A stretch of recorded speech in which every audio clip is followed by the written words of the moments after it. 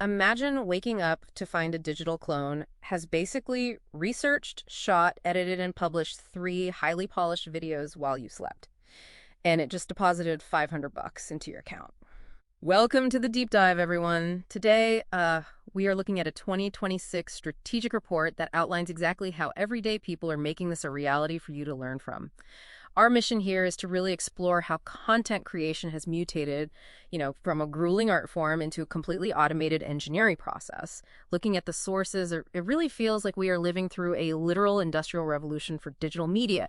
We're moving from these expensive, handcrafted videos to an automated assembly line that fits right inside your laptop. Yeah, absolutely.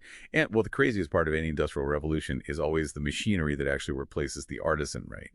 What is so fascinating here is how the traditional capital barriers to entry, like the expensive cameras, the lighting rigs, the studios, they have all just been completely dismantled by software. Right. Because if this digital factory floor exists, I'm just trying to figure out how an absolute beginner actually operates the machinery without, a film degree.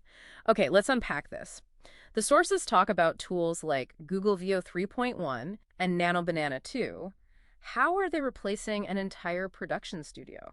Well, mostly by shifting to an ingredients to video model. So instead of filming, you just feed Veo 3.1, a text script, and a reference image, and it synthesizes flawless, lip-synced video totally from scratch. Oh, wow. And what about Nano Banana 2? Because I know character consistency used to be a massive headache. Exactly, yeah. It was the biggest historical hurdle in AI.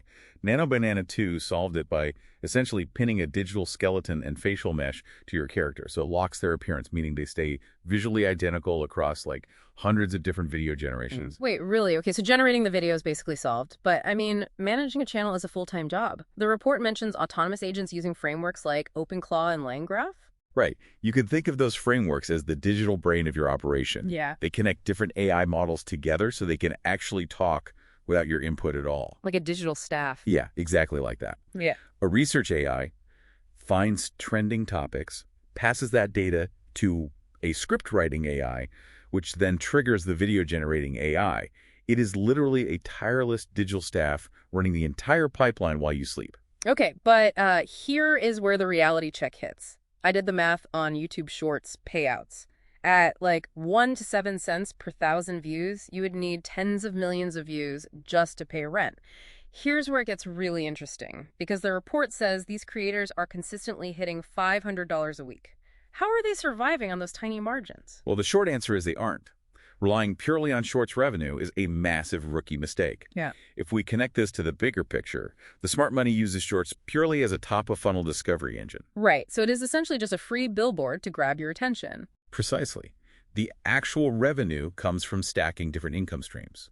They funnel that massive audience into better-paying systems, like TikTok's Creator Rewards, which pays 40 cents to $1 per 1,000 views. I see. And then they combine that with recurring SaaS affiliate links, right? Like if a creator refers a viewer to software like Outlier Kit, they get a 30% commission every single month for the lifetime of that customer. Yes, exactly. And then on top of that, they plug in zero marginal cost digital products using platforms like Stan Store. Meaning products that cost absolutely nothing to duplicate, like a $17 AI prompt pack. Right, because once it is created, you can sell 1 copy or 10,000 copies, and your overhead stays exactly the same. It basically creates mathematical stability out of highly unpredictable algorithms. So what does this all mean? If this tech is cheap and accessible to literally everyone, doesn't the market just flood? What separates the person making $0 from the person making $500 a week? That is the real secret here. AI is no longer the moat. Systemization is. Beginners fail because they treat their channel like an art project, just posting randomly. So the successful ones are treating it more like software engineering. Completely. They operate a closed-loop system, they run rigorous A/B tests on thumbnails, they track viewer drop-off down to the exact second, and they push bug fixes to their next video formula. It is ruthless execution. Yeah, but treating it like a serious business also means dealing with serious regulations, right? Because you can't just unleash bots into the wild anymore. No, definitely not. The guardrails are getting very strict. YouTube's algorithms now use digital fingerprinting to detect AI generation.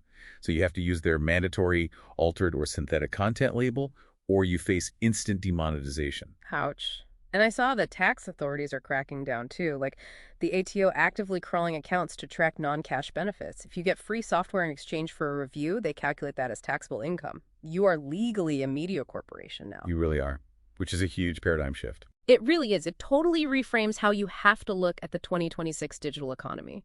Whether you are hunting for a side hustle or just trying to understand the media you consume, you really have to realize that content is now a systems engineering problem. Yeah, and this raises a really important question for you to ponder. If a single solo creator can use autonomous AI agents to build a highly profitable media business that totally replaces a 60-hour work week, well, how long until entire corporate marketing departments are replaced by a single person managing an AI swarm? Wow, just one person running the whole factory floor. That is definitely something to keep in mind the next time you scroll.